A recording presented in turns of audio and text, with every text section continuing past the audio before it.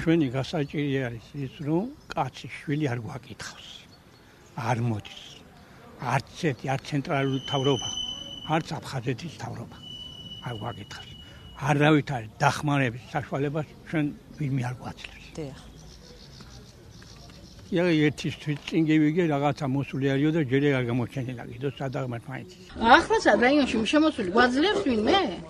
რატო დევს რაიონს, რატო დალუქული, რატო დევნილებს ვარ ეკუთვნის, ვის ეკუთვნის? 5-6 თვეა რომ დევს დაგეტილია ტავარი. და ეგება მართლა ან შაქარია, ან ზეთია და მოგვაწვენონ დროზე კაცო, ჩვენთვის 1 ლიტრა ზეთი ფასი იღებს. გარკვეული ხნის ფინანსთა სამინისტრომ გადმოგვცა მეორადი ნივთები, იქ არის სხვადასხვა დასახელების ნივთები, ავეჯიც არის, ნახმარი მეორადი კომპიუტერები არის, რომელსაც დალაგება უნდა, დაწყობა უნდა, გადახარისხება უნდა და რამდენიმე ხანში გავანაწილებთ ალბათ ნაწილს სამსახურებზე, ნაწილს მოსახლეობაზე.